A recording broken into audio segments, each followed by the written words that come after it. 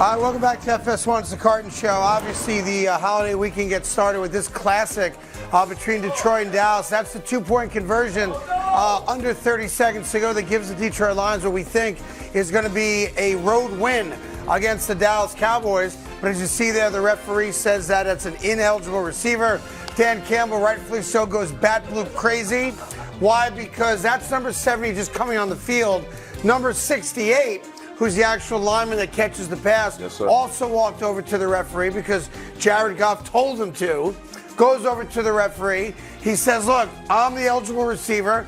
Wipes his shirt, which is the motion for letting the referee know he's eligible.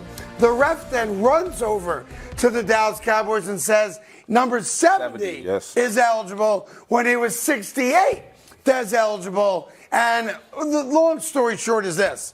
The Detroit Lions got screwed. And they got screwed in front of 20 million people. And the referee after the game couldn't even own it. Couldn't bring himself to say, I might have messed up. Instead, he perpetuated the lie by saying 70 reported. But he didn't report. He just came into the game as a substitution.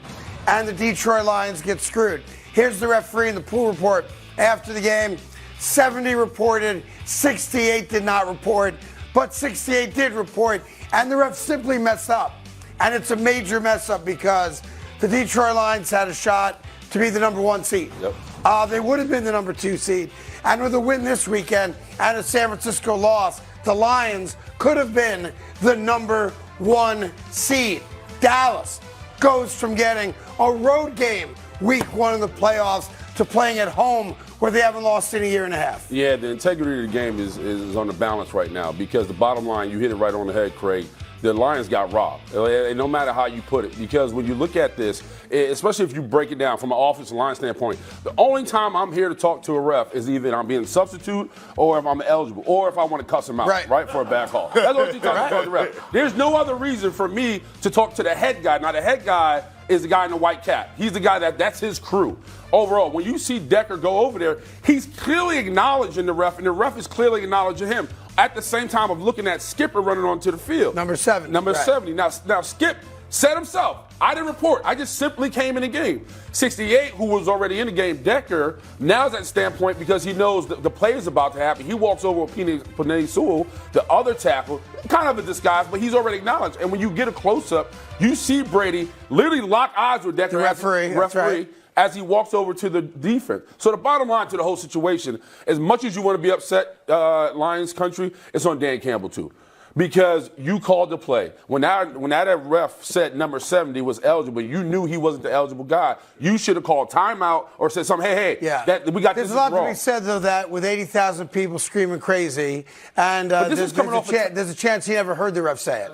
That's true. I know the ref announced it, but there's also the chance that, it was so loud in there that the ref went over to the Dallas Cowboys and spoke to them and said 70 is eligible. So there's a chance nobody heard it on the Detroit sideline. Bottom line is this, and I've said it for a million years, the refs are a problem. Now, they've always been a problem, and it feels like every year we say, but this year, they're a real problem. It's time. There's too much money at stake, especially in gambling now, for you not to have full-time professional referees. There's that, but there's also this part too. That wasn't the end of the game. No, they had 23 seconds left on the clock. There's still time on the clock, and they had another 2-point conversion where Goff just missed a wide open player. You know what I mean? They made a bad throw. They should have won the game. Look at this.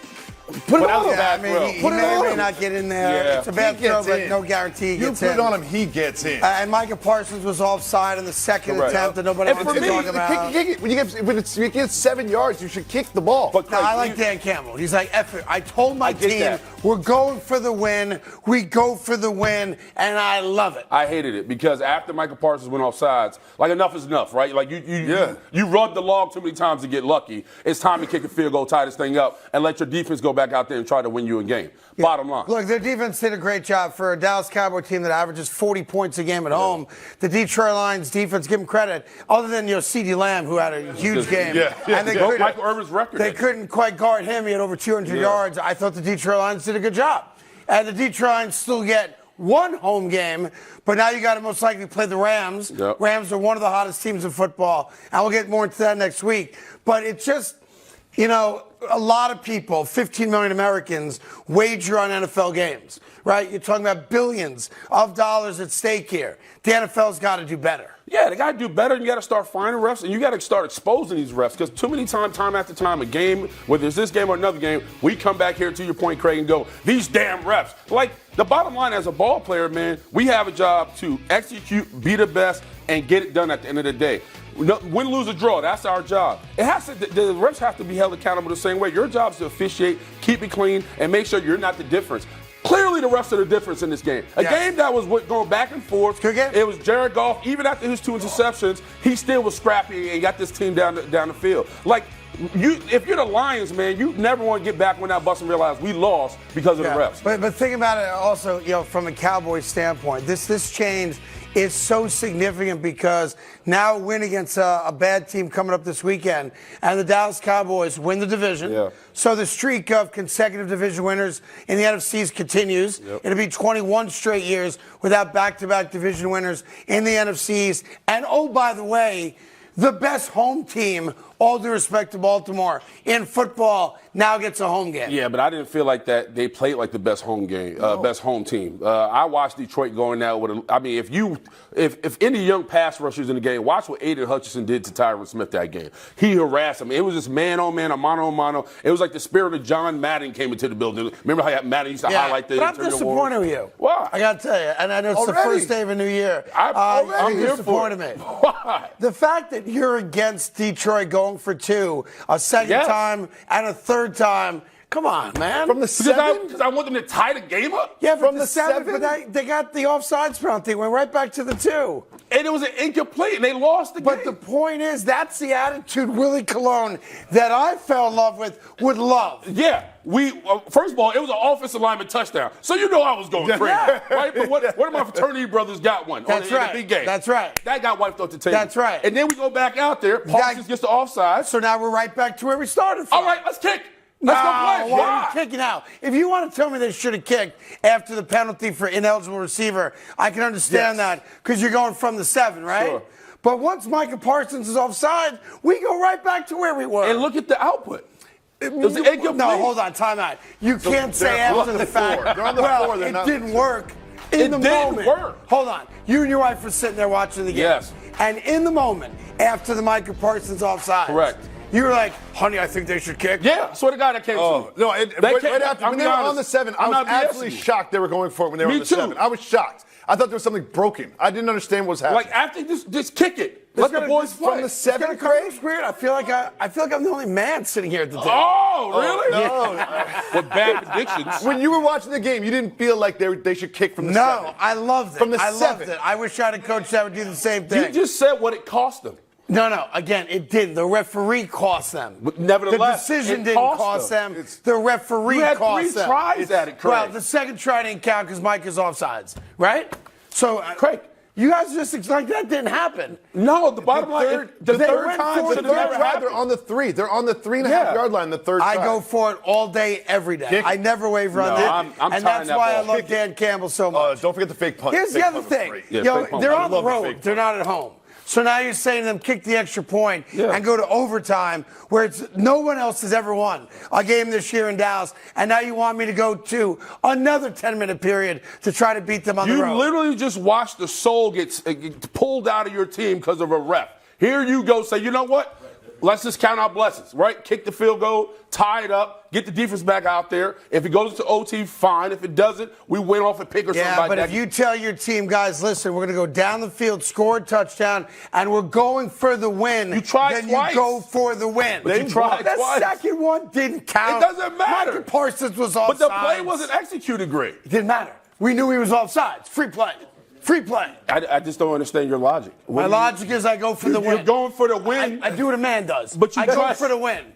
But Men think too. We have a little bit of brain. Yeah, we go for the win. We always go for the You win. tried it twice. Not from the 7. It's- Not from the not 7. from the Again, 7. it wasn't from the 7. When was Yes, it it from? was. You guys have to The stop Micah that. Parsons What was one. it from? They should. No, the that offense play- should not be on the field on this Yeah. from the 7. The That offense play- should not be on the field. That play never counted. Doesn't exist. It shouldn't have happened. They should have kicked. I'm saying to you, after that play, the 7 is After irrelevant. the Parsons play, you're saying? Because it doesn't matter. It never happened. They have it from the 3. Correct. And you guys you can't go for it from the 3? Why? Why would you just tie it up? Because you're going from the 3. And you can't get in. Well, clearly. it turned out they you couldn't clearly get in. can't get in. No, you got to stop talking about going from the 7. It's an irrelevant play. But no, they got the offside. I just don't from get the it. 7. They should They get showed from you the 7. 3 times in a row. The one they scored, 2.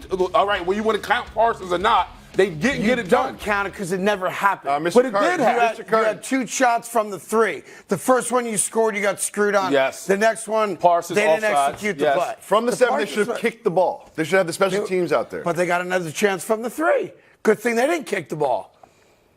I'm just baffled. Man, not a man. No, Man, not a man. king peasant. Bottom line is, when you look at it, if you're Dan Campbell, you're watching this transform. Your office has been out there. Yeah, killing it. Kick it. Right. Get the boys on the sideline, get some water, gas up, send the defense out there, win the game, and go home. Very disappointing. And it's only January 1st. Imagine how I feel about these guys in April. It's not going to be pretty. I thought we were off to a good start this year. We Apparently are. not. We're going to have a post-show meeting about being a man on the show. Hey there. Thank you so much for watching The Carton Show. You can subscribe right here to get all the latest bits and segments from the show. And by the way, while you're at it, we have a lot of great shows on FS1, so check them out too.